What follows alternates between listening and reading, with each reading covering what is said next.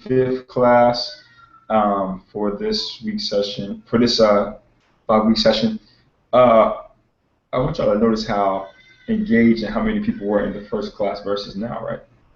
This is the blade of discipline, right? And it has its own beauty to it.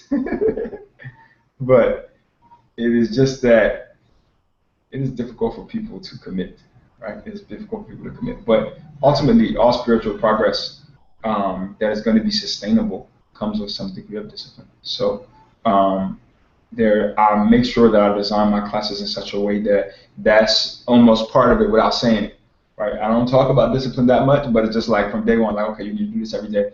Okay, we need to, meet consistently. And people have trouble with that. So because of that, I allow people to take the class again, and people build their fortitude and their strength. I don't, mm, structure it in such a way that people will feel bad for not doing it. But I know that it takes people time to get used to it. It's a process. That in of itself is a type of meditation. Like, okay, I'm about to do what I said I'm going to do. Meditation.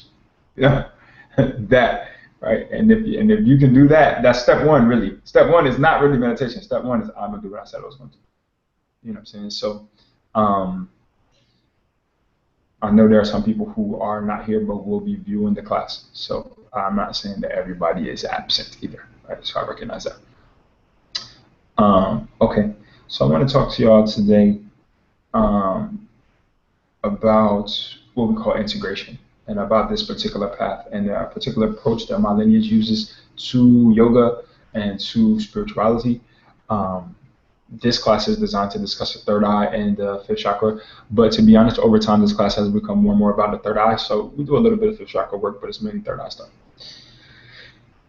So integration is a concept that really talks about the fact that many spiritual people and many spiritual traditions focus on enlightenment and others focus on manifestation. And those are pointing in two different directions. You see, the manifestation people are trying to create heaven with their eyes open. And the enlightenment people are trying to create heaven with their eyes closed. Right? What we like is that we want to create heaven in both. See, we do not want it to be a difference. We do not want it to be that when you close your eyes, now you are good. You got to run to close your eyes so that the world could be a better place. That is nonsense. And we do not want it to be that you are just chasing things out of the world and that you do not have the inner peace, you do not have that joy, that blissfulness inside of you. Right? So we want it to be balanced. Right? So when we say integrative approach, we mean that it is really like you are neither running from the world or towards the world.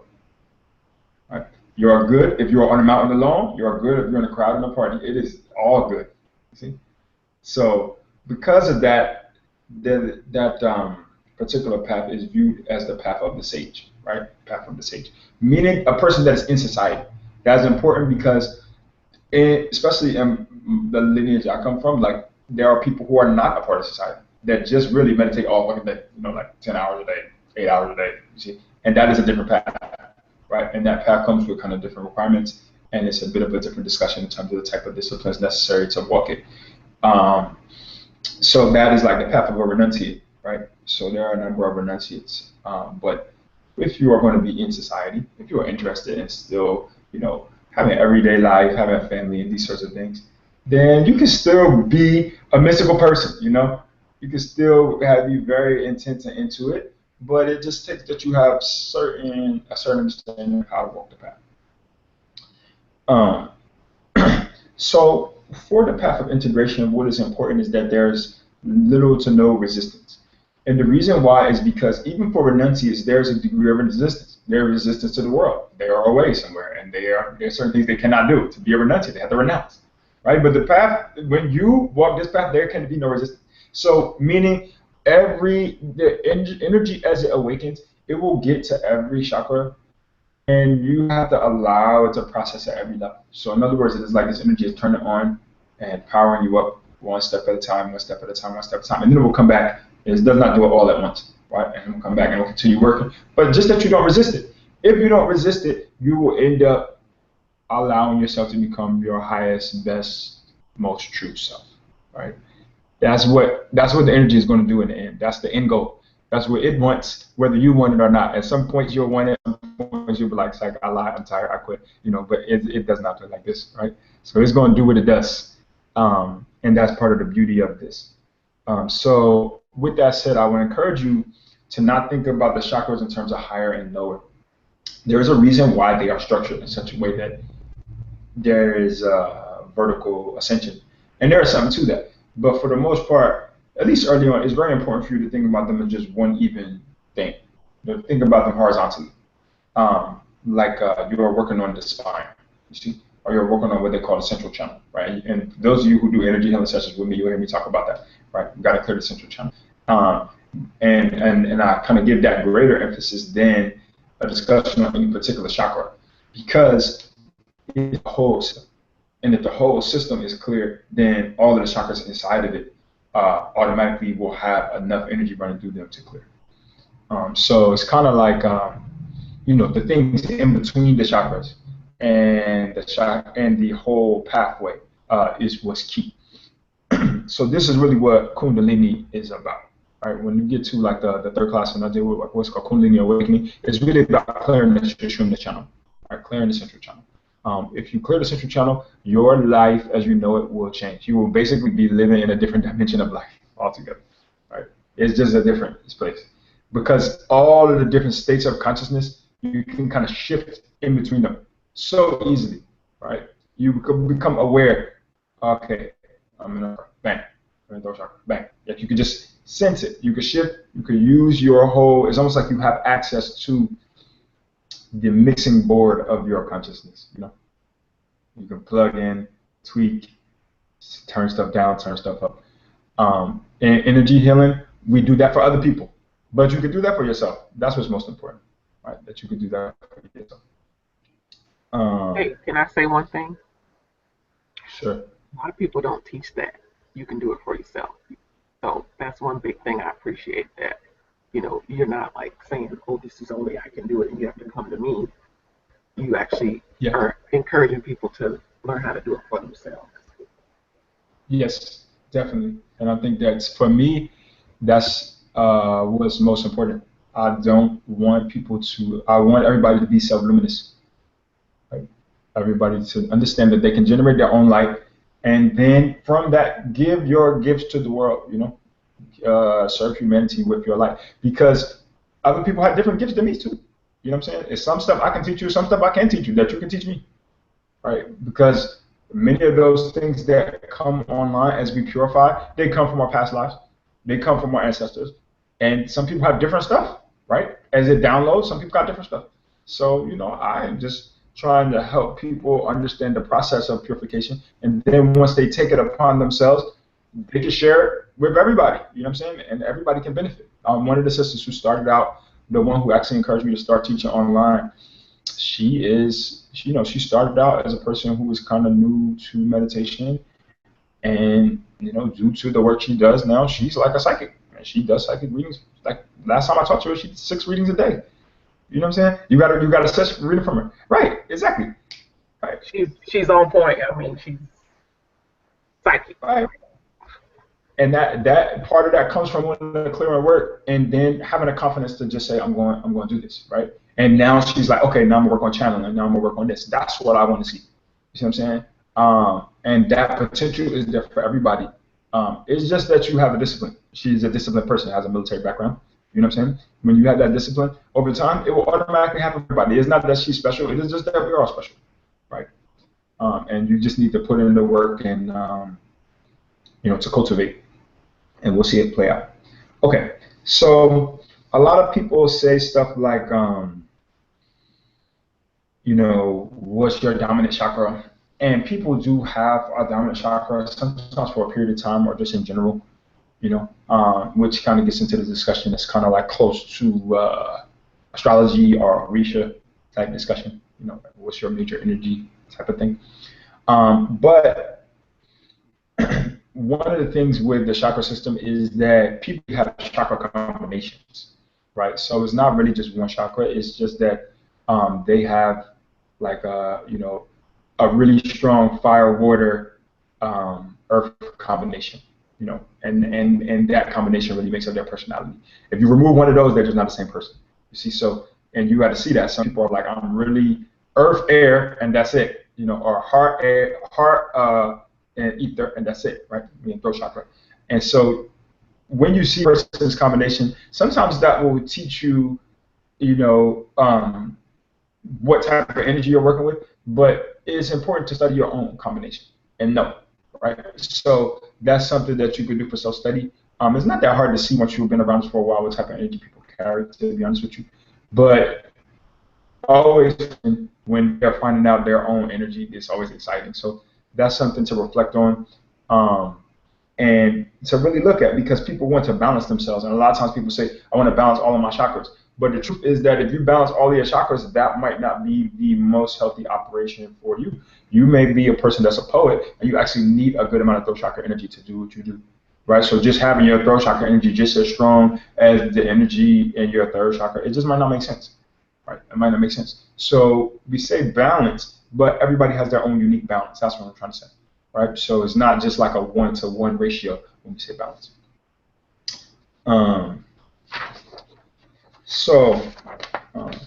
Excuse me for 1 second. I'm going to be right back. But when I come back, I'm going to talk about absorption.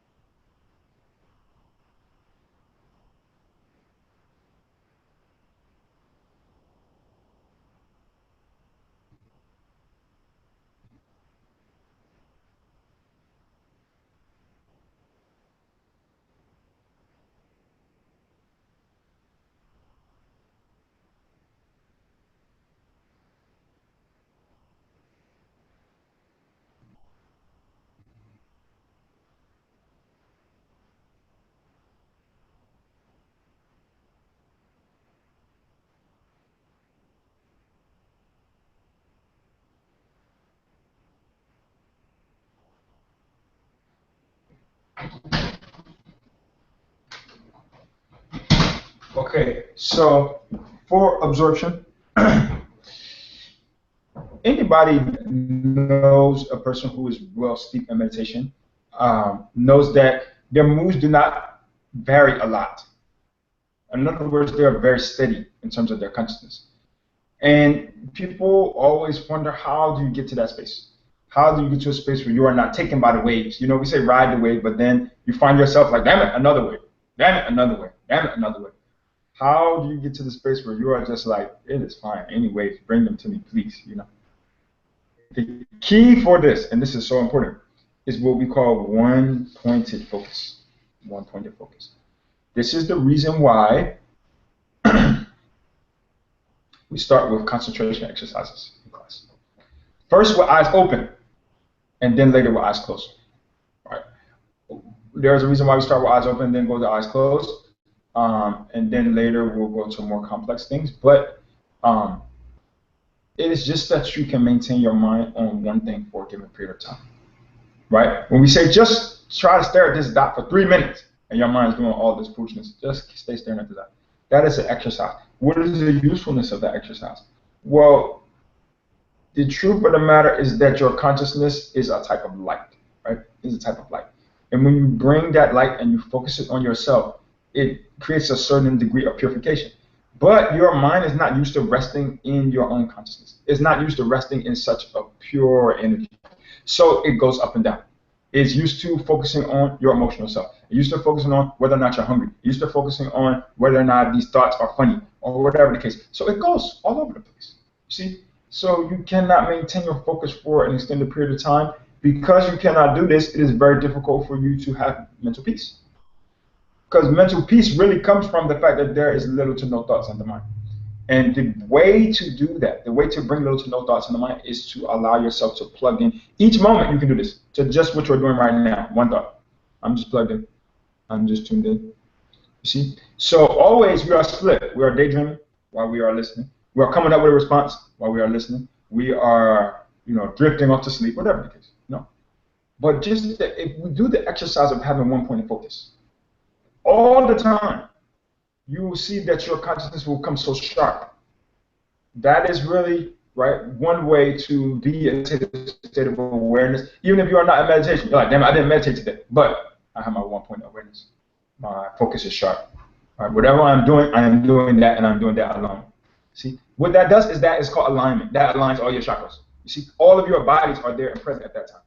Right? Everything is showed up. Instead of your eyes are here, your emotions are there, your thoughts are here, you're thinking about food, you're thinking about yesterday, all of it, you are split. You see, staying one, right? The process of staying one. 1 point of focus is the key to enter that. Now, when you get very good at that, you can do absorption, which is what they call merge, right? And this is where the good stuff happens. This is where the good stuff happens, where you're able to merge. So like music is a good example, right? So I would listen to some music. And you know, if you listen to 2 songs at a time, it is terrible. But if you listen to 1 song, especially if it's a song that resonates with you, it can be a very joyous experience. If you have 1 point of focus on that song, you will notice, just like how I talked about having 1 point of focus in the yoga of eating, you will notice your joy of the song will increase.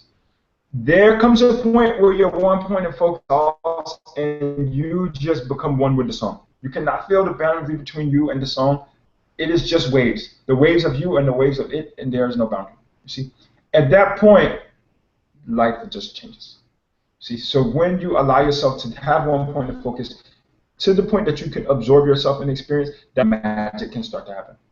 Right? This is where people can do stuff like talk to a plant, because they can allow their consciousness to merge with the consciousness. See? But it just comes with a certain sharpness and focus that you can do this exercise. Some people can do it naturally, whether it be work from a past life or just a talent. But this is how you do it. If you don't know how to do it at all, just that your mind can, the key that you have to understand is that your mind has no content.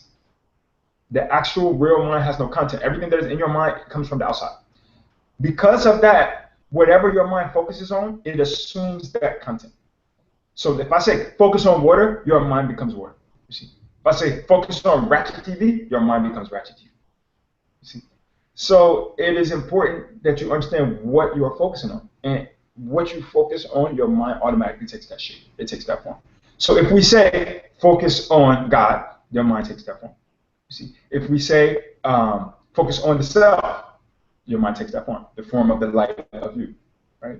So this is why it is so important to focus, and this is why people don't understand why they can't change their habits, because they are not focused. You cannot change a habit because your habits are really a collection of your unfocused decisions, right? Just unfocused decisions. You'll see. You'll try to focus on something, and you'll check out in 20 seconds. You'll try to focus on something, you'll check out in 2 minutes. You'll try to focus on something, and you just keep checking out, right? So that is the key, that you learn how to focus. Now, as you do that, one of the things that happens is you find inner peace, but you also find in that peace that there is a joy. And when you find that joy, you stop looking for so much for pleasure and joy externally. Right? So this is a key shift, because almost all of us have in the back of our mind that if we get more and more joy from things, if we just get as many things as we like, that we can live a good life. You know, like if I just get the car I like, and I get the house I like, and I get the vacation I like, then my life will be perfect. You see, that is one of the great delusions that society has sold you so they can enslave you. It is an unfortunate one, because the society is set up so that you can't get to it. I wish we could all just get to that so we can get past it. Because you would get to it, and then your ego would show right up there, and you would be like, man, I got to this car, but this shit is kind of noisy, and it's a little slower than I like, and it's old now, and you know, your mind will show up and do what it does everywhere. There is nowhere that you can escape from. So one of my teachers used to say, the people want to go to the vacation, but it's only a matter of time before it becomes an ego-cation. You see, that the ego will show up and it's going to come on vacation with you eventually. At some point, the same things that cause the problem, because it is the mind that caused the problem. It is not vacation. It is not even work. The same things that cause the problem in the first place, they're going to show up. And they show up everywhere. You get into a relationship, oh, this relationship is perfect, and then it shows up. You see, it does not matter where you go, it shows up. So you have to deal with it at some point. As you start to make the mind still, you will find that you are not searching for satisfaction externally, because all those things are already inside. This is something that I discussed to some extent, and people think sometimes that I'm talking about a metaphor. I am not talking about a metaphor. Right? I'm literally talking about the energy. There is an energy that you are seeking. It is not that you are seeking vacation. It is that you are seeking a relaxation. You are seeking a type of joy. You are seeking a type of feeling of freedom. That is what you are seeking. And you go and you spend all this money to try to get that. But that, in fact, is inside of you, and you can just walk outside and greet the sun and feel it right now. But you might not have the consciousness or willingness to go there. So if you tell yourself, I can't let go until, then that is when you will let go. That's something that's very common. People will say, I cannot, enjoy myself unless ... So many people have that. They block their own joy. So as this, you collect inner silence. Inner silence you should look at as a type of currency. Right? Like inner silence is money. The more inner silence you collect, the more internally wealthy you become. My teacher would say, meditate 6 months every day. Right? 6 months every day. And my other teacher said, if you meditate every day for 2 years, he's talking about Yoga Nidra, do meditation every day for 2 years, your brain will change. The neural pathways of your brain will change in a way that's permanent. Right? In a way that's permanent. There's no turning back. Right? So they both encourage and emphasize this consistent meditation thing. So I'll put an emphasis on this also. So as you become still in yourself and you are sitting there and you are just, doing your heart meditation, or you are doing your staring at a candle, or whatever the case, you notice that the emotions are floating around you. You notice that your thoughts are floating around you. You notice that they're around you, but you are still. That same consciousness that you develop to be able to do that and not react to all those things that they spin around you is the same consciousness we want you to take out to the world. So that when you go to your family members, you see, Gigi, and they are all spinning around you, right? But you have developed the inner silence. You see, you got a resource, you got a bank deposit of inner silence. So when they come with all of that, you say, I see you spinning, but I have a place to rest, and I will not be impacted by this, right? I feel it, but I can take a step back, and I'm good, right? So over time, that becomes easier and easier. This is not something that happens instantly, right? So this path takes time. The more effort you do, the more you're teaching your nervous system how to function at a higher level. So we want to be able to carry out stillness in action, right? You'll see people talk about when the teacher is moving, it is not them that are moving, it is the stillness that is moving. In other words, they are totally in the flow. It is not even their willpower that is doing it, it is the energy of the source that is moving them. See? So that is a different level, and we are moving towards that. Sometimes in an energy healing session, you will see that where the energy itself is moving the person, and the person is not moving themselves. See, that level of consciousness where you are just surrendering and allowing yourself to be moved by the energy. That's where we want to be all the time, but that takes time. First of all, it takes enough energy for you to damn do that, right? But you have to have enough energy flowing through your body first, so you build up. Question. Yes. How do you hold back that excitement when the flow or that energy does take over? Because it's happened to me twice, but I'm like, oh my God, this is happening, and then it just like stops. Are you talking about reference to that back bend? Yeah, that when I do that, I'm not moving. Well, the back bend itself, the way that energy flows, it is a mix of what I'm talking about, and also like a biological energy.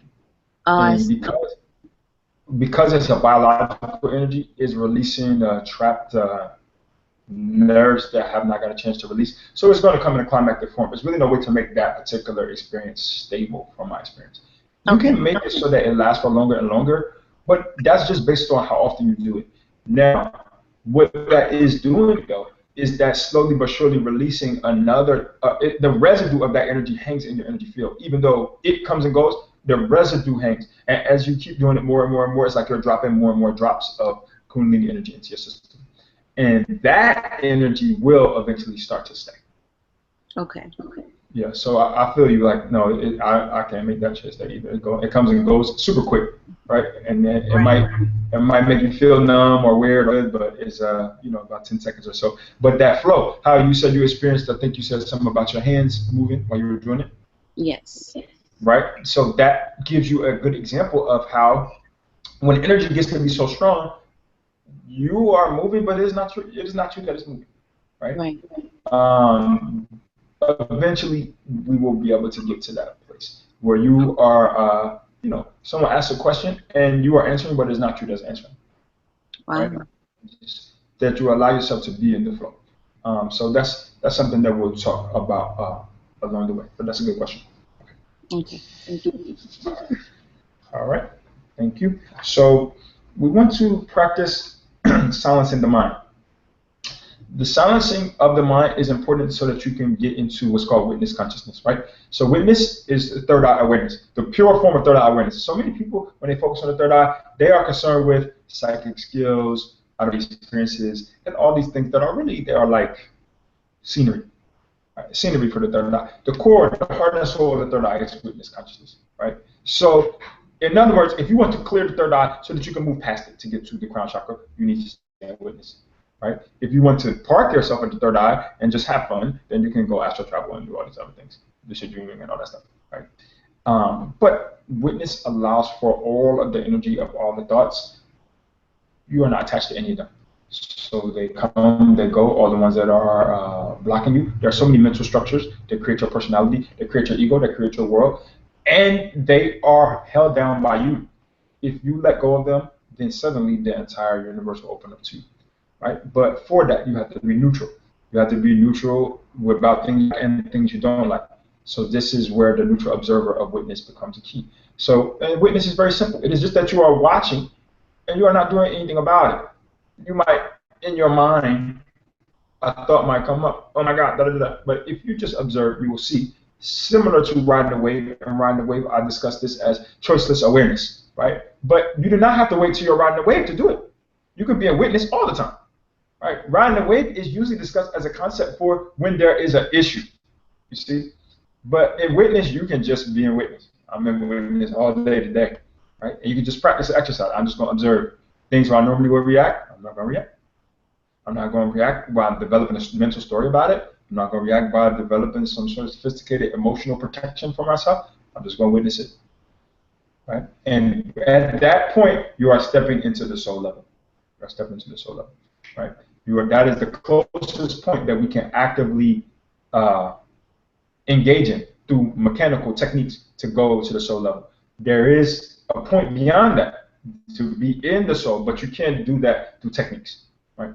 That you have to launch a different way. You can't do it through technique. So to just stay in that witness consciousness is very important, a very powerful technique.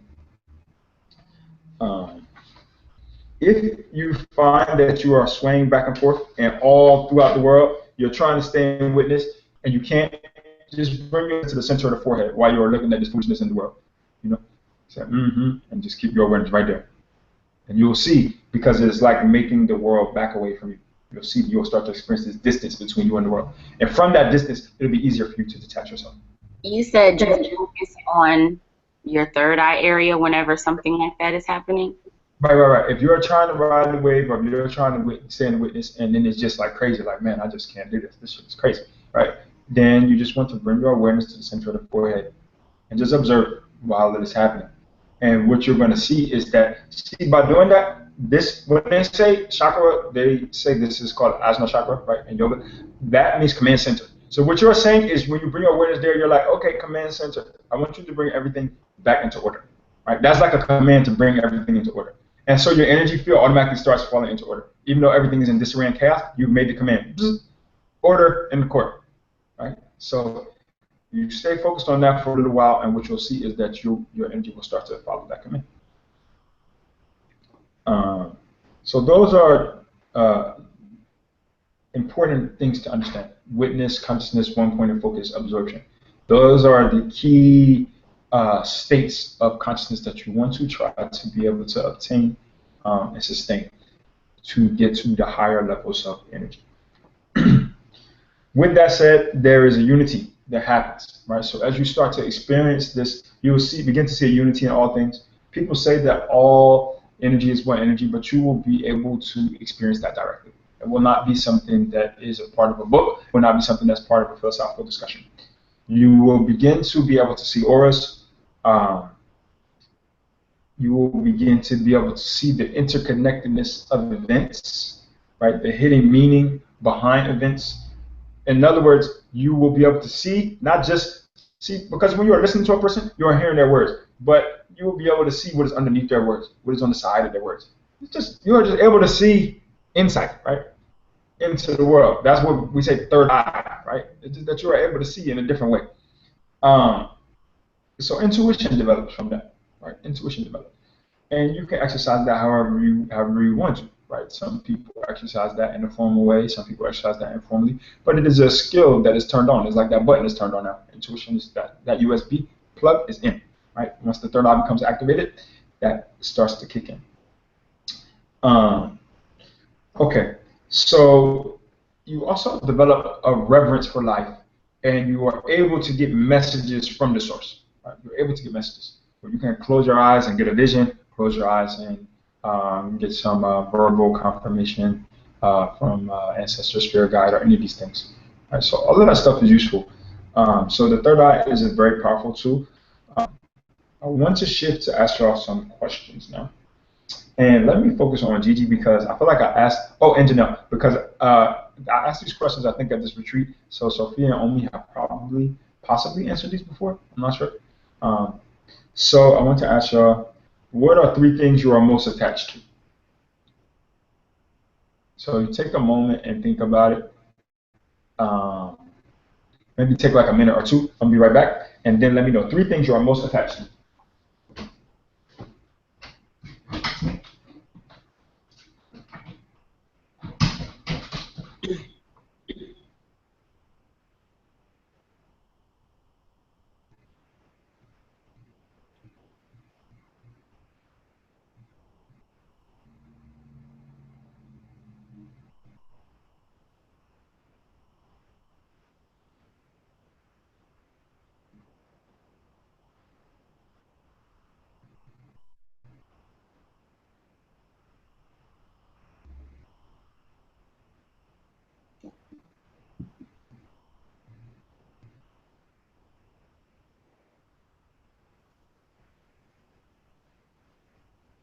Jay? Oh, another thing I want to mention that I didn't mention. When the third eye starts to Can kick. you hear me? Yes, I can hear you. Okay. So you wanted to know 3 things that I'm most attached to? Yes. Right now I can only come up with 2. Okay. And I think I have an attachment to food for some reason. Okay. And I have an attachment to not necessarily my relationships, but people that I've had relationships with. So you have all y'all attached to food. Everybody in here attached to food. So why do you say I that you're think attached I to food? have, Huh? like, it's like somehow they're still always in my space, and I don't know if it's like an issue with kind of letting them go, not letting the relationship go, but just letting them go. I don't know, it's weird. But those are the only 2 things that came up right away. Okay. So let's deal with this relationship thing. So why do you think that you're attached to these people? For what? Why can't you let them go? If you let them go, then what? That's really the question. I care, I guess. I have this thing where, I know that they're good people, at the end of the day, so I always, I care, I want to know how they're doing and still want to help in some way. Okay. So you care for them and you want to know how they're doing. How does that express itself, though? How does it express itself? Yeah. Like in other words, like how are you caring for them? Are you like calling them every day? Not every day, but I do stay in contact somehow, and in some moments or instances, they, either myself or them, kind of get into the I kind of wish things work out, or, they miss this, they miss that, and then it's like, oh, I kind of feel bad in some ways that it didn't, and it's like, oh, how can I make them feel like, it could be better or something to that effect. But I see what's happening here. Okay, so thank you for sharing this. So there are a few things, there are a few issues. One issue is that you are trying to make people feel some type of way. Right? You should not be doing this. You cannot make them feel any type of way. That's an impossibility. You can try, but they're gonna feel however they feel, right? So you have the idea that you can control how people feel. Right? I'm gonna make them feel good by doing X, Y, and Z. You're already off to a dangerous slippery slope.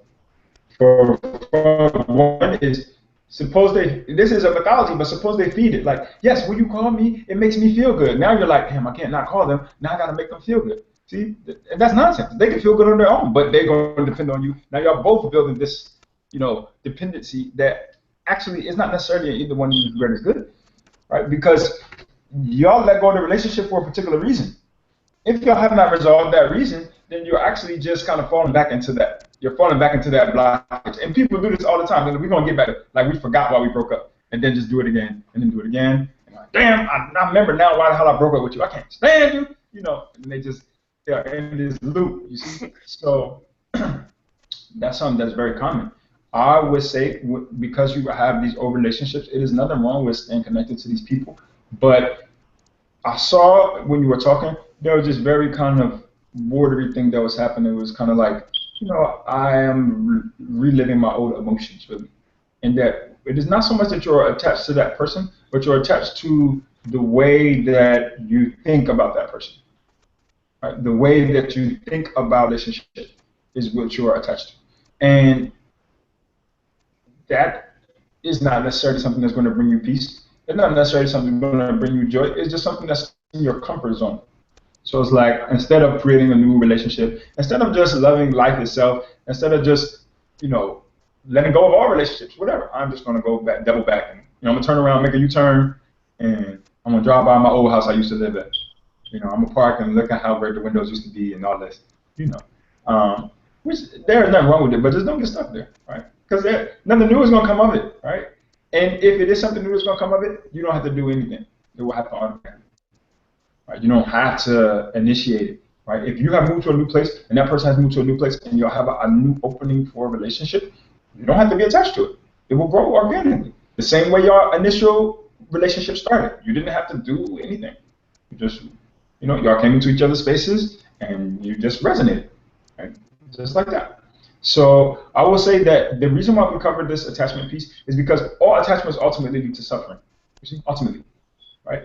And that's something that might not seem obvious. But if you follow it long enough, you will see how in the end they all lead to suffering. So I would encourage you to let go of that attachment to old relationships, partially because the ultimate relationship that you are always in is the relationship with yourself. And you have to ask yourself, are you neglecting that relationship when you are focusing on this old stuff, right? Because you have issues right now, and your current self needs you right now, right? Perhaps the relationship that you are in needs you right now. That too. Right? And maybe you are not in a relationship, but even still. Okay, so then also you mentioned food. I do want to cover this one because Omi said that she has a food thing too. Gigi, Sophia, would y'all say y'all have a food attachment? Is everybody on the food board? Yes? Okay. Sophia, you master cleanser. You don't count right now, so you can't.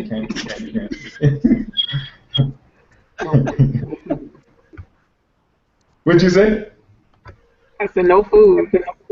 No food, that's right. So she has let it go. She is off in the great beyond of no food. Let's pray for her, right? Okay. So why do y'all say that y'all attached to food? I want to hear from you.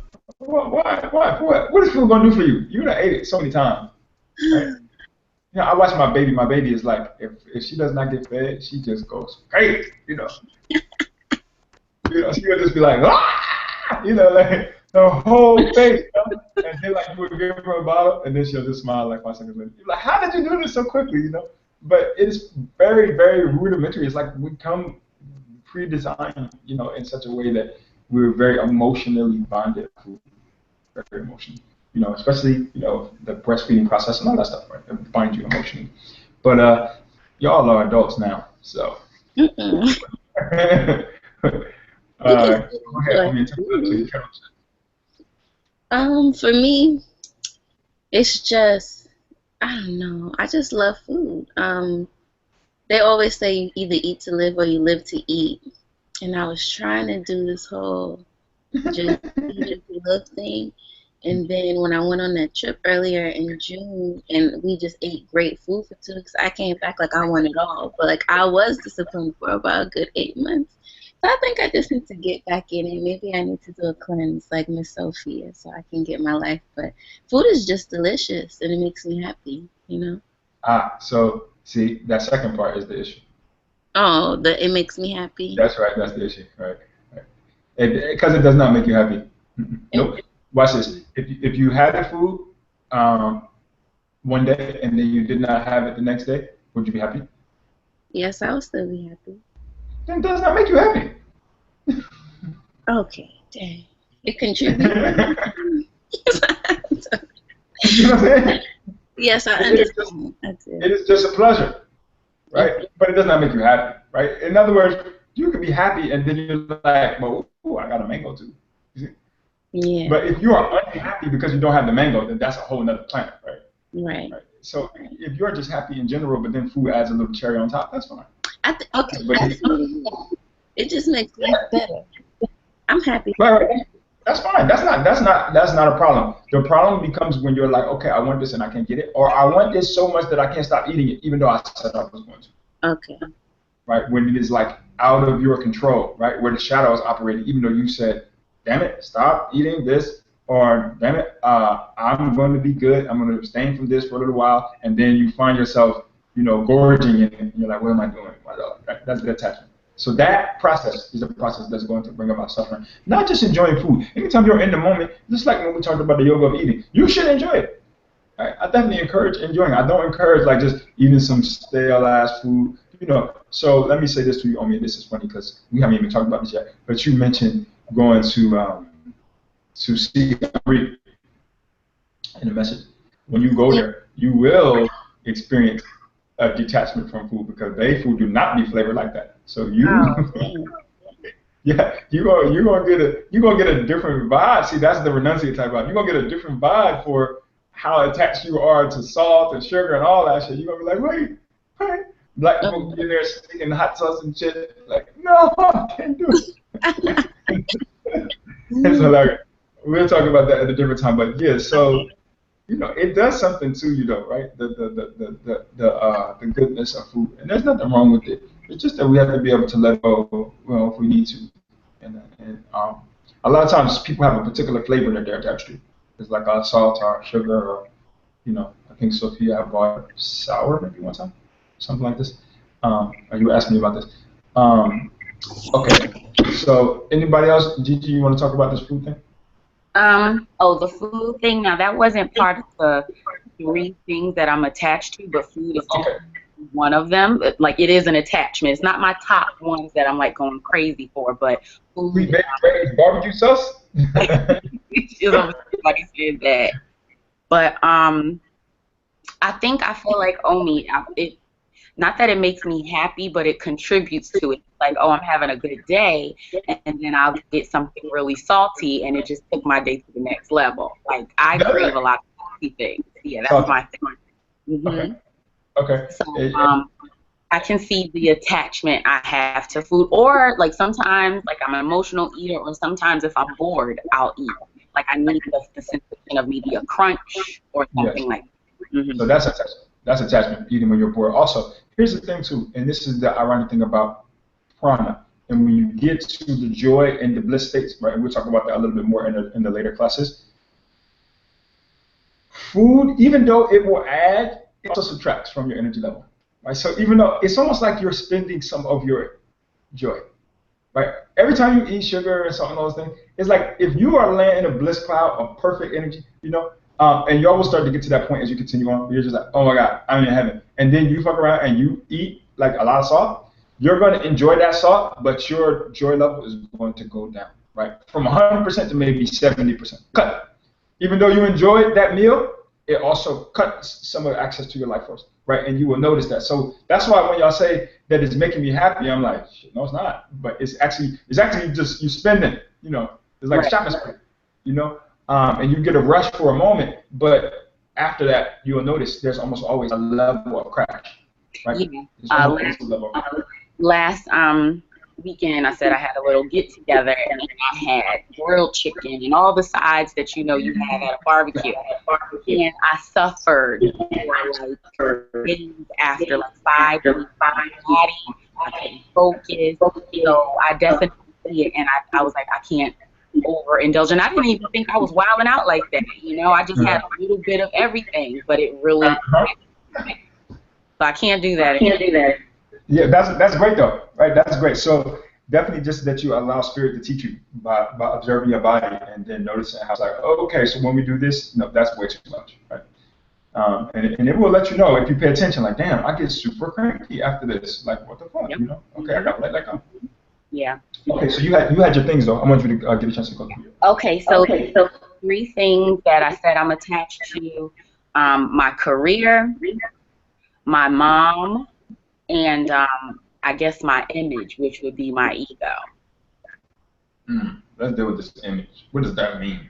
It's like, and this has been going on since I probably was a teenager. I want people, or I want people to see me a certain kind of way. You want people to see you a certain kind of way? Huh? You want people to see you a certain kind of way? I want it. I don't think I feel like it fire. So all my life, people to think that, you know, I'm this girly girl. I'm smart in school. I make money. I dress nice. You know, just build this image of myself.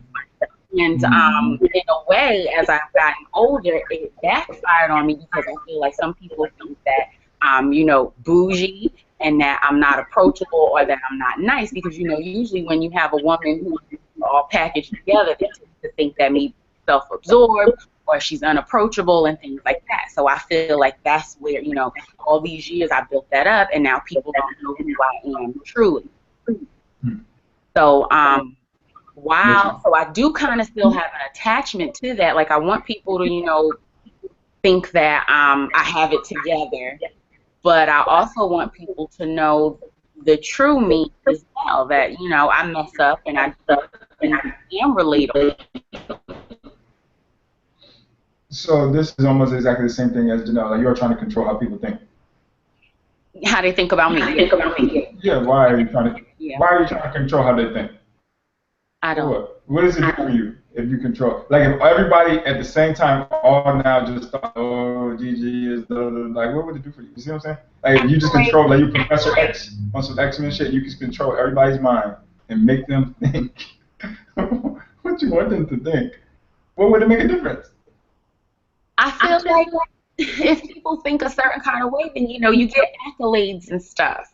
Ah, I see. So you want accolades. What did the accolades do for you? What's the big deal about accolades? Ego more. I mean, I know, you know, what it does. It just feeds the ego more. I don't know, acceptance. I don't feel like people.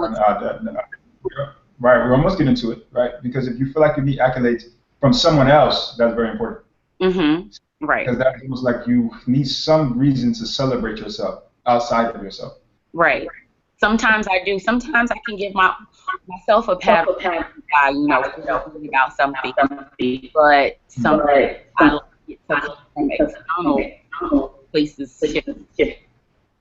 Yeah, so just give that love to yourself when you start looking for other people and try to control their thoughts. Work on the lifetime journey of trying to control your own thoughts. Mm-hmm. Right? Right. Just your thoughts is enough, right? Right. The irony is that when you actually learn how to control your thoughts, you realize it's not necessary to control anybody else. Because they cannot control their own thoughts. Yeah, right. The rest, it's just a bunch of random thoughts running around. They don't really mean anything, right?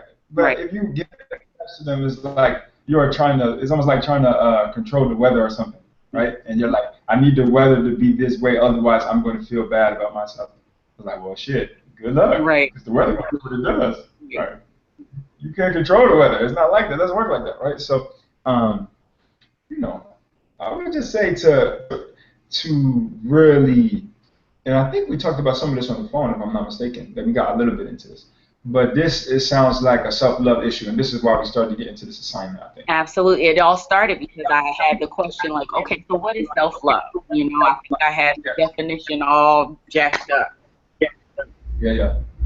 So people have many definitions, but I like to try to make things clear and clean, right? Definitely, people have different ways of approaching it, but for me, it is actually something that is action-based and is energy-based. It's action-based and energy-based. So the energy of love is right there inside of you, and you just have to tap into it. And then once you tap into it, you can share with other people. But it also takes the form of action. So anytime you have to make a decision, right, you should be guided by that love to do what's your greatest good. Right? So those things are clear. Now, if that's there, what could a person possibly give you to add to that? That's what I'm trying to say. Like, what could they give you? Like, people, this is the thing. When people give you compliments, in a way, it is a distortion. Right? In a way. Right? Because they cannot possibly compliment you. They don't really know you. What they are complimenting is their experience of you. Okay. Right? Okay. You see what I'm saying? So they are really complimenting how you reflect their higher self, but not you personally. Right? So same when they talk bad about you. Yeah. They cannot possibly be talking bad about you. Right? They are just talking about how they feel about their lower self. Really.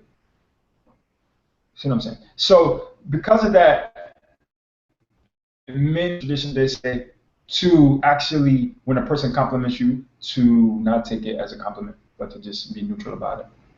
Thank you. But I'm not going to add any ego to this because you are this is your own mirror, right? And not that there people are actually talking about you. Because like you said, the real me, right? How you went into that, the real me, right? But they're not talking about that. And you know that. You did the split right there when you were talking about it, right? So, they're just complimenting the presentation. But that's not really the point. The point is the real you, not the presentation. That's true. All right. So you don't say thank you. You don't say thank you. You see me say thank you all the time. How you want to ask I don't know. That's not what I'm saying. Because I know you do. It's just like, how do you? That's just an internal awareness, and that's not necessarily. I don't necessarily. Well, some people use that approach. I don't necessarily use that approach all the time.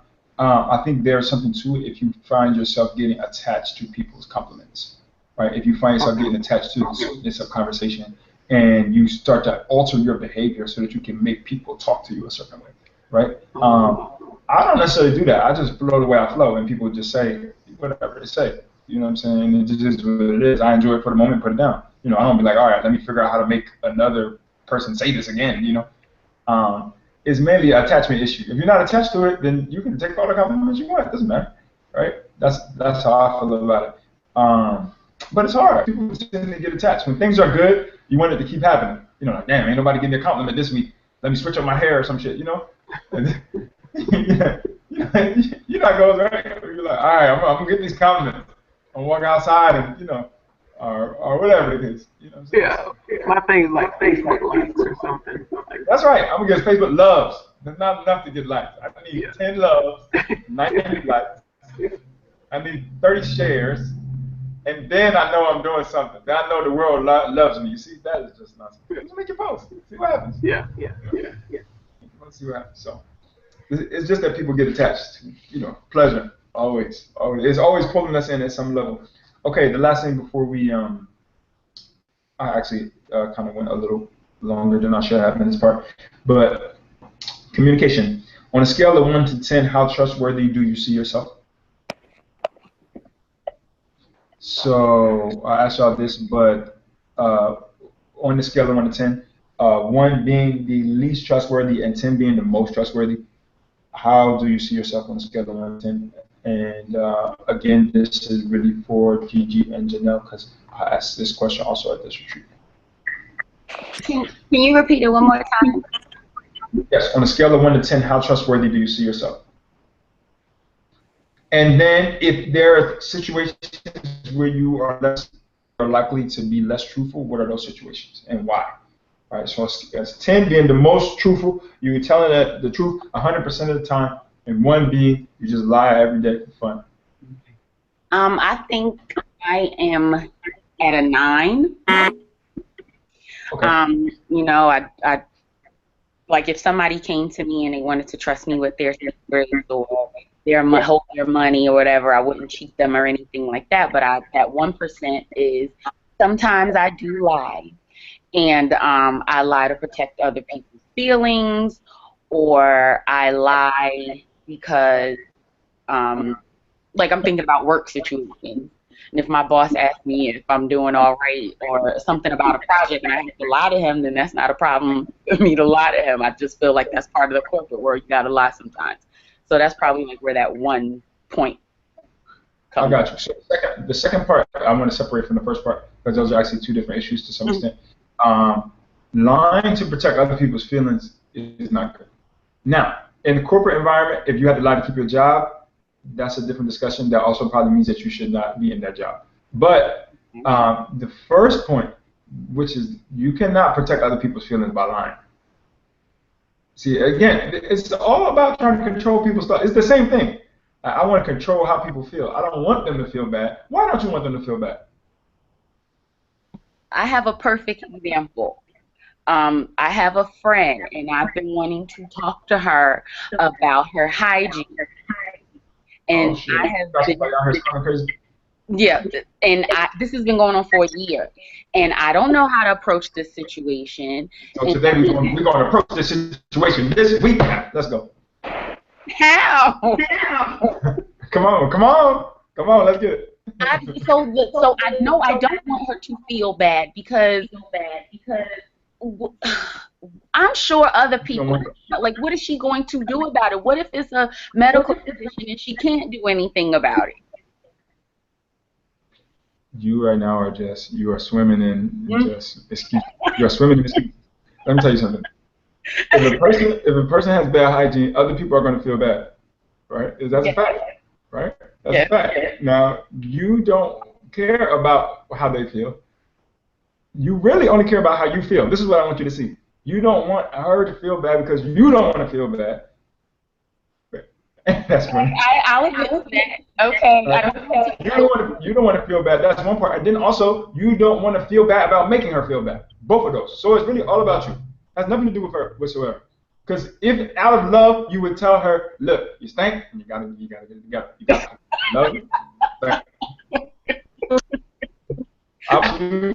So just straight up. But I'm not. Hold on. I'm not saying be brutal. I'm not saying be mean. I'm not saying be angry. See how?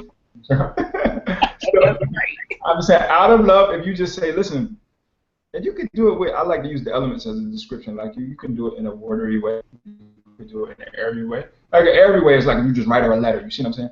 And you just get up out of here. So you don't gotta. You know what I'm saying? Or you can do it in the earth way. Like, look, I'm not leaving until we get this shit together. You see what I'm saying? And the fiery way usually creates arguments. I would not recommend you use fire in this instance. But you can use the water. You see where you give her a massage and make her feel good, and then be like, and by the way, I got some products for you because I really think that this would help you.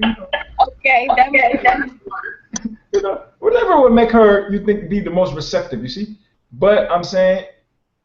It is so that you face your own feelings. It is not for her per se, because she may or may not do it. And she might be like, whatever, right? And that's fine. You can't make her do anything. But it's just the fact that you have a resistance to your truth. Okay. Right? Okay. You have resistance because you are concerned about how other people think about you. But guess what? Your truth is more important than their feelings. That's what I'm trying to say. Right? So I am not saying that use your truth to abuse people's feelings. Look at you. You're already huffing and puffing. I'm not saying use your truth to abuse people's feelings. Right? But what I'm saying is that your truth is you standing in alignment with your authentic self. You are not going to split yourself and be your unauthentic self so that a person can have feelings. Fuck all that. Listen, their feelings last for like 5 seconds. That shit, they'll be over that shit. Your lie gonna last for hella long. You see what I'm saying? No. Right. No, you're still thinking about this. If you would have told her that, she would have felt bad for a day and been smelling good all this time. I'm serious, right? Your truth is more important than people's feelings. That's what I'm saying. So I'm so serious about this. Now, I say this not to say use your truth as a weapon. Use your truth with love. You see what I'm saying? Use your truth with right? I'm not saying be a brutally honest person. I'm saying, but a person not going to make me lie because it will make them feel bad. I have no problem. I actually find it entertaining when I have to tell a person some shit and they finna squirm. Oh well, it's the truth. I mean, I understand that too, but it's like, uh, okay, so you, even if you do it nicely, some people can't take that, and I know that I shouldn't concern myself with that. You know, that's on them. No, How to process. that's the blade of truth is always good for a person's health. If they cannot face the truth and you tell them the truth, then you are their friend. You are not the enemy. You see what I'm saying? You are the truth is your friend. Right. That is what, see, because what we're talking about right now is we're talking about the throat chakra. And the reality is people try to raise energy up. You are not going to raise that energy past the throat chakra with all these lies and lack of integrity in your system. It cannot hold it. It will not hold it. It will just keep falling back down. So if you want to ascend to the higher levels, you have to live in truth. Truth is aligning your voice with your willpower, right? You say you're going to do something, you do it. Right? And so all we're talking about is being in alignment so that you're not split. And if you live a lifestyle of alignment, what you'll see is people will just feel more comfortable around you. They will feel more comfortable telling you. They will feel they will trust you. Even if you make them feel bad, they will still trust that, well, I feel bad, but it was not out of malice. Right. Right? See, like right now, I might be saying something to you, and you might feel bad about what I'm saying. But you know that I am not saying it in such a way to hurt your feelings. It is just I am saying things because I feel like it's in your greatest good. You see what I'm saying? Right. I agree. Right. You are not demonstrating true compassion by telling exactly. So you are just protecting yourself by saying I'm just gonna lie about it, right? Now, like I said, the job situation is different, but this is a very common situation. That's why I bring this up because people, 90% of people in this situation say, I am not going to tell the truth because I'm worried that other people will feel bad. Absolutely. That's the reason. I'm like, guess what? They're going to feel bad today anyway, ain't they? They're going to find an excuse to feel bad. They might as well feel bad about the motherfucking truth so they can fix it. I'm serious. I'm serious, right? They're going to feel bad anyway. They're going to be like, man, my job is, okay, well, let's go and get the fixing, you know. So thank you for sharing that, though. So we can get that at least to a 9.5, right? Right. Okay. I'm gonna post in the group about it, what she says and what the reaction is. All right. So be sweet now, all right? I'll be very sweet about it. I'll be very nice, and like you said, I might give her some product when I tell her. Oh yeah, and then all you gotta do is ride the wave, and then inside you can be a witness, or you can even giggle. See, I gotta tell this person some real ass shit. It's gonna be funny to see how they squirm and deny it and guilt trip and blame and all that shit.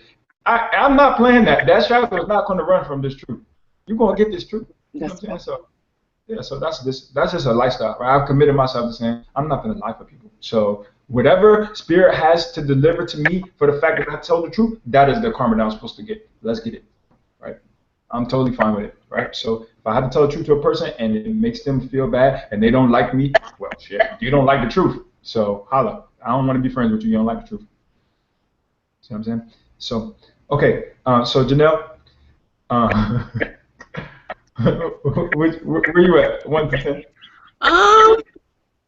I was gonna give myself a 9, but after listening to Gigi and just really think about it, I don't know if it's just like I have a hard time being disciplined, but I feel like I lie to myself a lot as far as the things that I know I need to do for myself, and I don't do it because, again, I'm worried about people's feelings, and I feel like if it affects me, like health-wise, physically, because I am trying to keep people happy, and I don't want to feel guilty, and I don't want to be the reason why someone is hurt or sad, and I tend to do. I'm going to drop my score down to probably a 7. I'm going to be a little harsh. Okay. A lot of people do come to me initially, because they feel comfortable, sharing whatever, and, I don't, go spreading their business or whatever. But a lot of times I try to, tell myself, okay, well, I'm going to do this, or, I talk to someone and be like, well, I'm going to get ready to do this, and I'm going to, take care of this or whatever, and I feel like a lot of times it just falls by the wayside because I let life and emotions and other people get to me. Hmm. So, see, I want y'all to notice how y'all all in y'all feelings, right? Now, this is something that no, I'm serious. I'm serious. I'm so serious. Black folk got this as a whole now. Let alone women, but black folks specifically, they just be in their feelings, like just living in feelings. You see what I'm saying? But I want to ask you is you said something about guilt. Like, how does guilt play a role in this? Like, how would you feel guilty if you were telling the truth?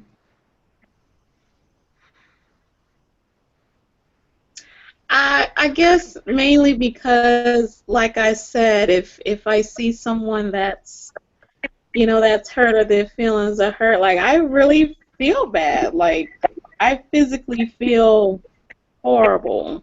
And you think that you should always feel good. I mean, I always like to feel good, Okay, so but that's never the case. good. Now we get there. You can't live in the truth because it don't feel good all the time. See what I'm saying? It's like sometimes there is. You see, that's what they have seasons for a reason. You see what I'm saying? Sometimes it's a little cold outside. Sometimes it's a little too goddamn hot. That's okay, right?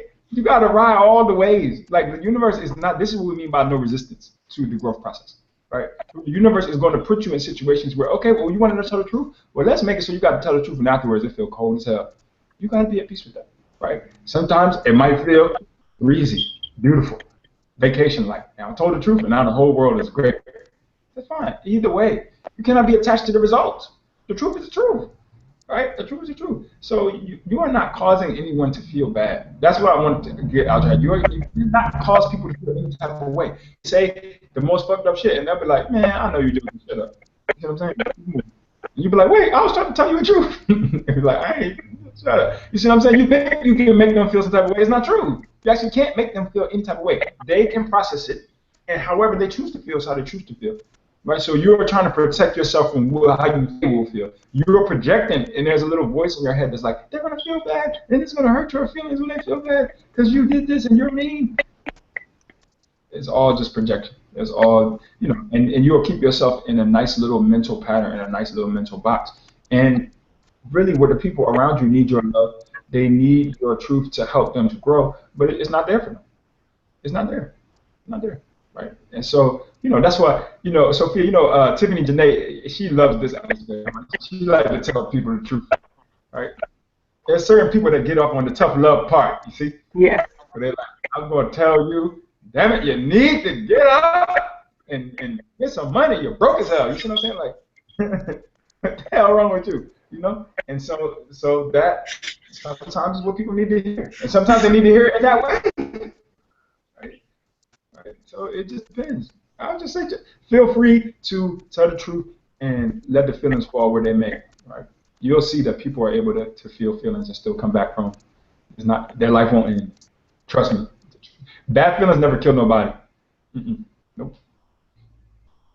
Yeah, they last for about 20 minutes to an hour usually, unless they want to tell a mental fucking story, and then they can make it last for their whole life. But that's up to them. You ain't got nothing to do with that. You see what I'm saying? So, yeah, feel free. Okay, so communication and attachment. Okay, so I have fun talking about that stuff. All right, so next thing, I'm going to tell you a story, and then we'll start with this meditation, because we are really late. Okay. So I want to tell y'all this story of when my first major Kundalini awakening experience. So I was in in undergrad at this time, and I was doing meditation all the time. Like a couple of times a day I would meditate, and I would focus in my mind and say, I'm going to find God tonight, you see? And I'm just going to meditate every day until I reach something. I don't know what it is, but I'm going to reach it, right? So I was focused. I had this book, Path of Fire and Light, and it had these techniques, and I was just going at it, right? And this is when I was in the dorm room in Gibbs Hall, for those of y'all who know Gibbs Hall. And then I was listening to music, and I was on the second floor, and I had this feeling in my stomach the whole day, right? And it was a strange feeling. and I was not sure what it was because nobody ever told me about this type of stuff. But I was just like, this is kind of strange. And I was listening to the music, but I was watching it because I'm able to see music, so I'm like watching the music really. I'm looking at the speaker, and I really like the way the song looks. So I'm just staring at the speaker, thinking to myself, like, damn, this feeling in my stomach is so strange. I don't know what this is about. And then the feeling in my stomach, it starts to come and move upward. And in my mind, I'm like, oh shit, what the hell is going on? It felt like a piece of shit. Right, I'll just tell you that. It felt like a piece of shit. And it's like, oh, this piece of shit is moving up in my stomach. I done fucked myself up. What the hell have I done with this damn stupid yoga breathing and shit? Right, so I'm thinking that to myself. So then it keeps going. So now it is rising up and it's like almost into the heart. And I'm like, oh my God, I'm going to die. I'm going to have this shit in my heart. My parents have already bought their tickets. I'm about to graduate in a week and I have done all this stupid yoga stuff and I'm about to die. Right, so in my mind, this is what I'm thinking. Right, so then suddenly it skips up and it goes to like the throat area. And I'm like, I'm going to have some shit in my throat, and I'm going to die with shit in my throat. This is so evil, right? So then suddenly it goes to the back of my neck, and then it's like 1,000 bubbles, like champagne bubbles. And then the room is quiet. Even though there's sound, the room is quiet. It's like I cannot hear. And I'm looking around, and I'm like, oh shit, I'm dead. I thought this is not that bad. This is not that bad. It's not that bad. Okay. So then, my girlfriend at the time, she calls me. She was on her way to get me. She calls me from downstairs and she goes, "Hey, are you okay?" So, as I see that, I lean over and I look out the window and I'm like, I wonder what's gonna happen, right? So I look out the window, I look at her, and all I see, I cannot see her face. I just see light over her face, like just a beam of light, and I'm like, ah! I'm like, oh shit, I really am dead. And she's like, are you okay? I'm like, I think so, maybe not, I don't know, you know. And so then I go downstairs, and I'm thinking that I might float down the stairs like this, right? But I walk down the stairs normally, and I get in the car. And as I get in the car, I'm able to see her whole face, and it just looks like a constellation of stars. You see, it just looks so lit up, right? And that was the first time when I was able to really see the aura and see the energy field in a way that was super clear, and it has not left me, right? So I'm really able to see that still, but that was part of the purification process of the third eye. But I just went through a really dramatic upgrade, right? And so these things will happen. I know Omi has spoken of something like this, some similar type of experience, and as the energy starts to flow upwards, strange things like this will happen to you. Even Neo actually talked about this, feeling like there was some sort of energy flowing around her head and different things happening, right? So you will have these type of experiences at some point if you continue on this particular path. Do not think you're about to die, right? In fact, you're about to be reborn, new eyes, right? So I was getting some glasses. I didn't know it. But it felt very strange. So I tell y'all these stories so that you can know, you know, even though when we talk about it in the end, the end goal is, you know, peace, love, joy, compassion, clarity, these sorts of things, intuition. Along the way, you know, these chakras are open and there are strange pains and sharp things and all kind of weird shit that happens to your body. I wanted to say one last thing about the mind and the third eye. A lot of times people think that they have a clear left brain, and I talked about this at the retreat, but I wanted to bring this up. Like, okay, well, maybe I'm not tapped into the right brain and intuition and stuff, but at least I have reason, and it is not true, right? Until you have cleared the lower three chakras, even your reason is hijacked. You think that you have reason, but reason for doing something is really a hole in the chakras, right? In other words, you're like, okay, I'm going to logically decide what to eat. No, you're not. No, you're not. You're not going to logically decide who to date. No, you're not. No, you're going to think you're saying that, and it's going to make sense in your mind, but it's actually based on these holes in your energy field, these desires that you have that you're trying to fill. You see? So one of the things that working on the third eye does over time is it gives you the ability to actually have reason, to actually be logical, like in real life, not to just talk about logic, right? But in most time, people's logic is hijacked by the lower self, right? So they are trying to be logical, but they can't see outside of the fact that they are really speaking from this hole, right? And so once you start to plug those holes in, you can actually use your left brain for real, right? So have a functional left brain and a functional right brain, right? So both of those things come out of the third eye. And really the third eye is only active when both brains are balanced, and you can use both. Right? So that's not something I always say, but I want to mention that. Okay, so we need to meditate. All right, so we'll do some fire breathing. I want you to focus on the third eye as you do your fire breath. This will bring the energy up. So a forceful exhalation, close your eyes and bring your awareness to the third eye, and we'll do some fire breathing. You can go ahead and inhale in, and we can start.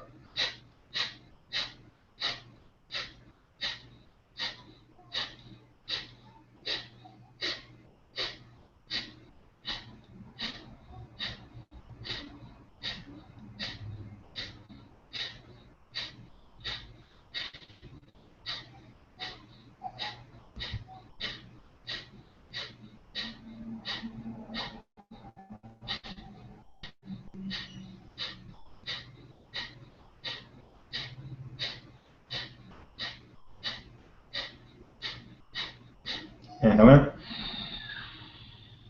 Do locks 1 and 2 and hold the breath. Focus on the third eye.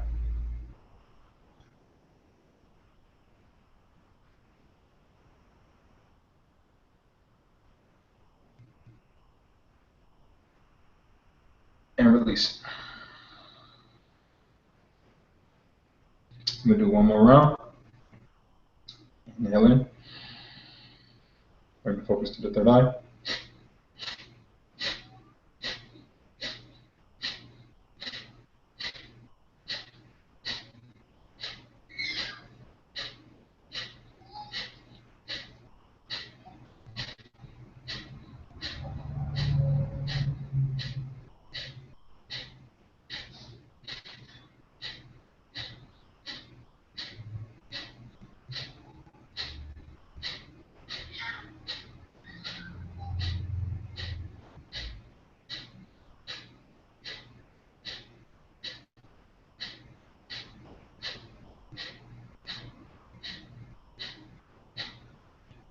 Inhale in.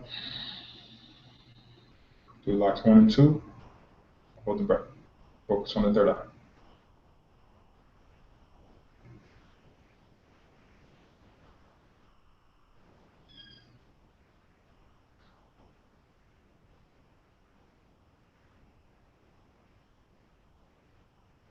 And release.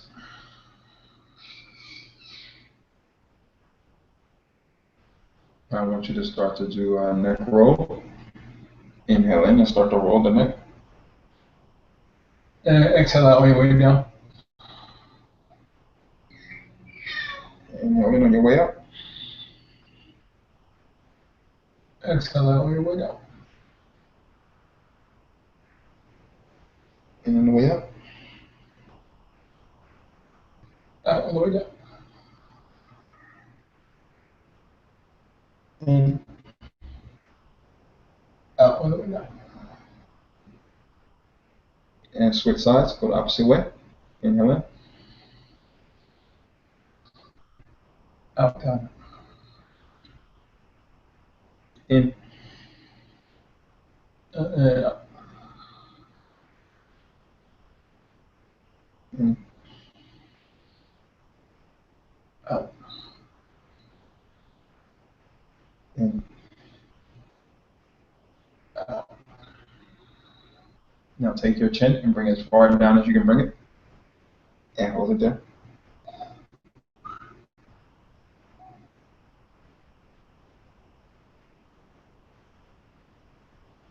And take your chin and pull it back as far back as you can pull it.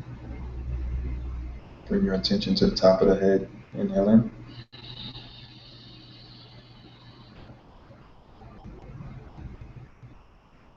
Exhale out.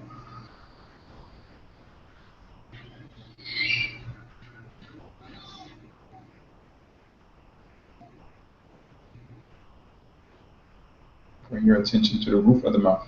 Inhale in.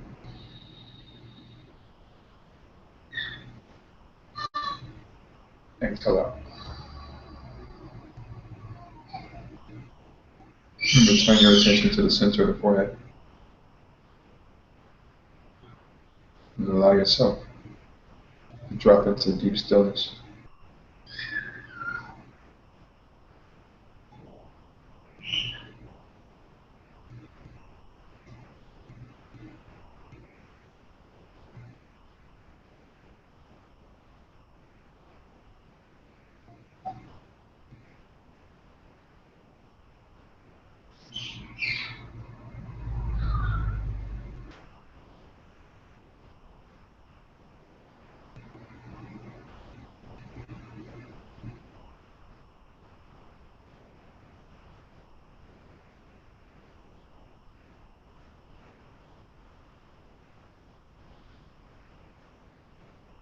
Imagine that you are walking up a mountain.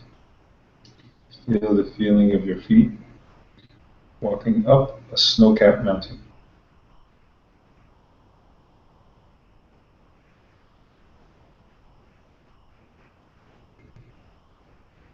And in the distance, you see an old man. And also, this old man lives on this mountain. And the old man comes to greet you and walks you up the steps to his home on the side of this mountain.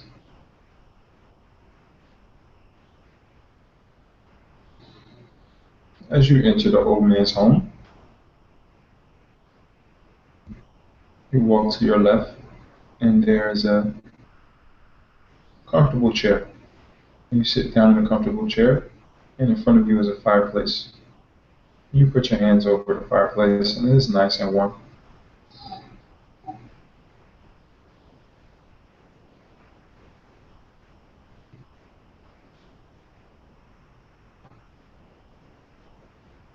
The old man has gone to grab you some tea. And the old man hands you the tea, and you begin to drink it. And as you drink this tea, it is a healing tea.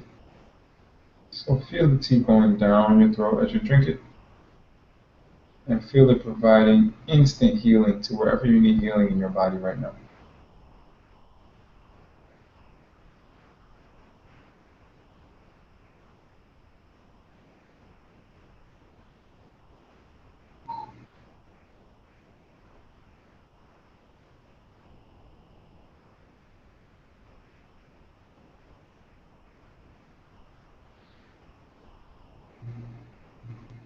There is a library in the back.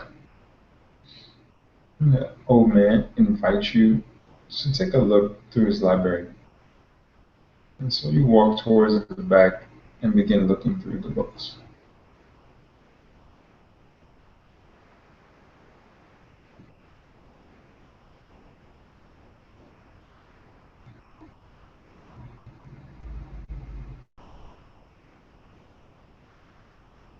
Eventually you come across a green book called the Book of Self.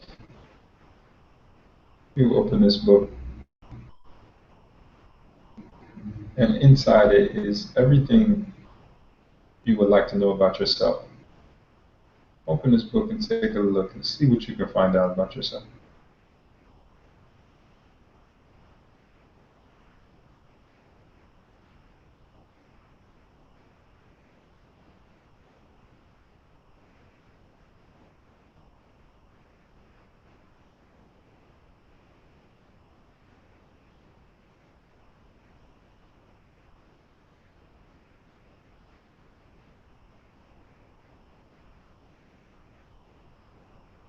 Now you put down the Book of Self and you continue searching through the library.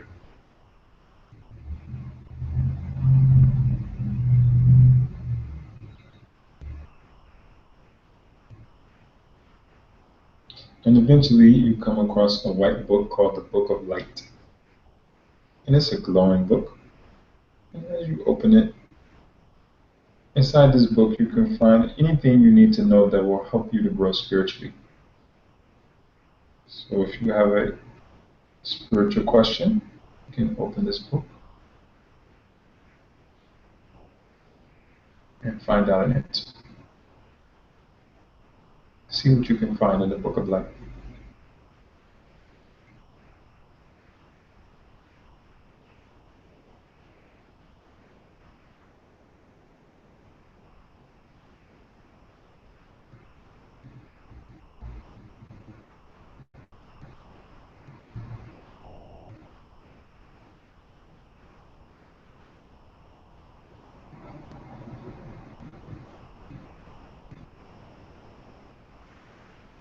And now you put down the Book of Life, and you take a walk with the old man to the back of the room,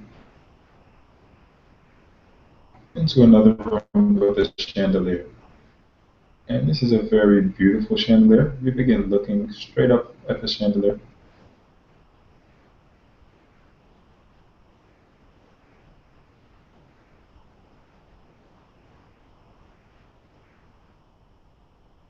And as you stare at the chandelier, before you know it, you are pulled up into the chandelier and you are floating up out of the mountain as a beam of light, floating through space, through Earth atmosphere, up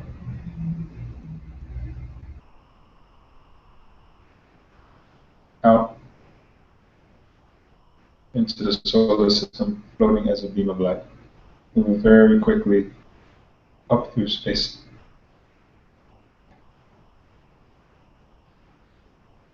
Floating past our solar system, seeing many, many stars, planets, floating into deep space.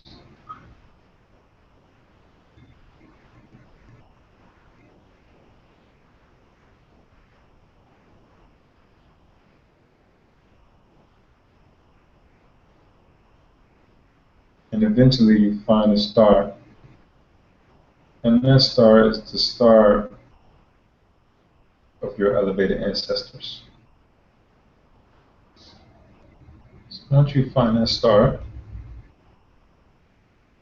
allow yourself as a beam of light to come close to the star and begin to merge with the star.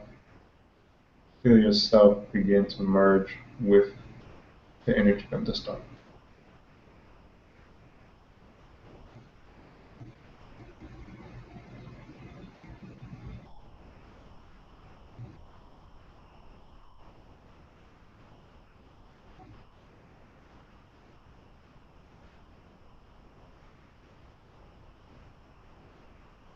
As you inhale in from the top of the head, feel the energy of the star point into your head. Inhale in from the top of the head. And exhale out through the center of the forehead. And feel the energy of the star pouring into your being. In through the top of the head. Out through the center of the forehead. In through the top of the head. Out through the center of the forehead.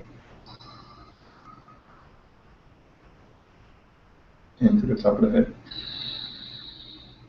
And out through the center of the forehead. And just allow yourself to merge and be one with the star.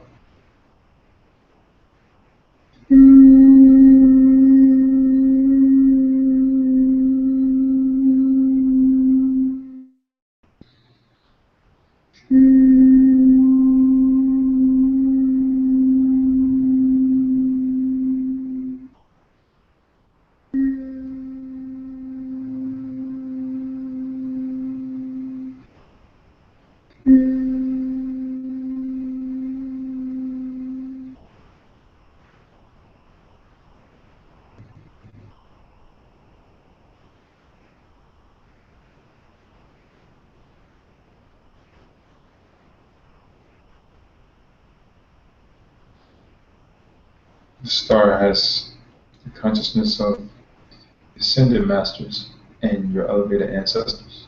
Take a moment and see if you can get a message from the star.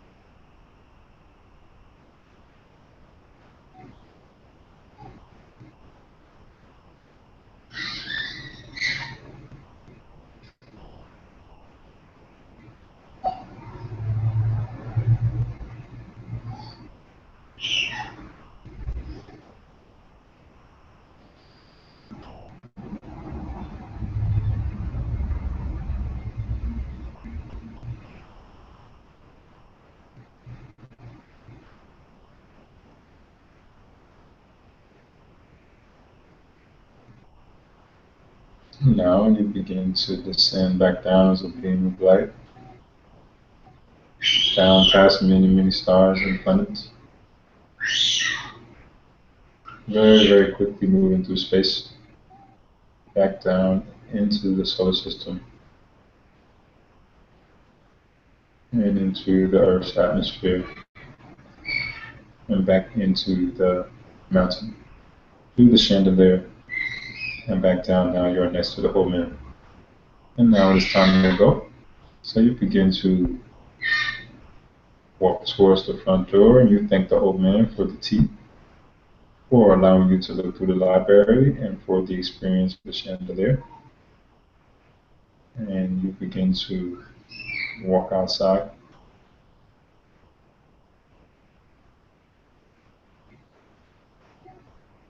And as you're walking down the mountain, you take a moment to stop and drop into deep stillness, peace.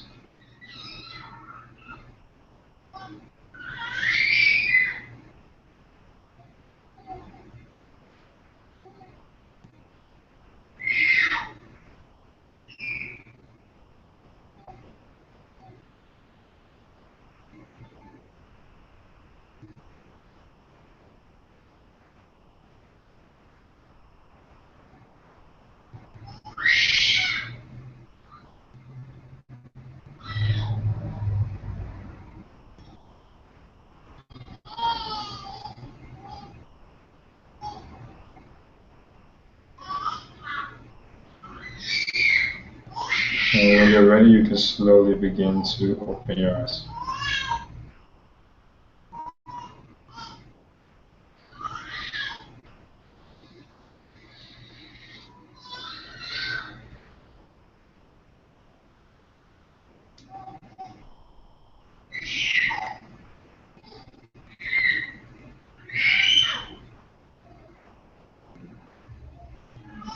All right, so for those of you who are back, some of y'all can't tell if you're back or not.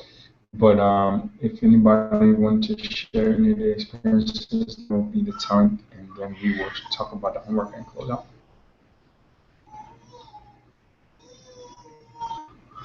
I just want to talk about the mountain. When we went to the mountain to visit the old man. I was doing all the things before you said to do it. Like when I walked in, I saw the fireplace and I went to the fireplace and then you said it. And then I started drinking tea and then you said it. So that was cool. Okay. But That's a wish. That's good. Might be something there. But when you told us to, go up through the galaxy and merge with the ancestor star, the message that I received was just be love. Okay. Be love. That's the only thing that I got. So I don't know what to make of that, but I will. That's it. That's everything. I might just be love. That's all I heard. So that was pretty cool. Okay, I say thank you for sharing that. All right. Anybody else? Oh, we good to go. You look like you're still in meditation. Yeah, it was interesting. I think that one of my biggest problems is like that, the focus and getting out of my head. And like during the meditations, even though I'm deeply, deeply relaxed, I tell myself, "You're not gonna get a message." I'm opening the books, it's blank. I told you wasn't gonna get a message. So it's like that negative talk. I Um, see. You fighting. I got you. yeah. That's interesting. Okay. So it is not that there is an effort to get a message. It is just that you just look and it's there. Right? So a lot of times it's almost like the self-doubt part of you is fighting the imagination. Right? But I want to encourage you to not really think about it like that, but just allow it. So that way it's intuition instead of imagination. It's not like you're imagining something on the paper. It's just that you look on the paper and then boom, something is there. Like that. Okay. So try to make it more effortless, and then that way the self-doubt part of you will kind of relax. It's fighting against your efforts. That's really what it's fighting against. Um, but did you make it to the start? Yes. I Okay. made it to And the did you start. feel the energy at the start? I felt something trying to either come in or out of my head, but Good, good. I was just in my head a lot. I have to work on that. Okay, no problem. All right. Okay, thank you for sharing that. No problem. Um, Anybody else? Are we good? Okay, so I will post the homework to start enter through my heart and not my head. Okay, that's fine. That's fine. Sometimes that energy will come in wherever it can enter. Right? It will make a way. Sometimes it will come in through your feet, right? If it has to, or whatever it's got to do. But that's fine. The heart is a good place. So I'll post the homework, and this is the last class for this session. So there are a number of roads now, so I gotta do a little talk. If you want to take this class again, people who want to retake this class, I allow people to retake this class by donation currently. So you can kind of donate whatever amount you want to, and you can retake the class. If you feel like you fell off at a certain point and you need to double down your focus and do it again. I'm not sure. Oh, okay. I'll be running again late August. Late August. Um, so right last week of August, maybe first week in September. For people who want to continue on to the heart chakra class, that also will be running around the same time that this class starts back up again. For people who are interested in the energy healing class, it will probably be ending around the time that heart chakra class is ending. So I recommend that you do that heart chakra class next if you're interested in the energy healing aspect of things. Okay, so anybody have any questions or comments for me? So, thank you. All right, thank you. Okay, so if you felt that you got something out of this experience, um, feel free to write a review or even record one. That's always good because people cannot see behind this wall. There's a lot of people that kind of see what's going on, but they don't quite know what happens in these classes. So you sharing your experience will let other people know that this is something that can be helpful for them. All right. So thank everybody. Thank you, thank you, thank you, thank you, thank you. Thank Bye, you. everybody. Thank All you. right. I will see y'all in the future. Okay.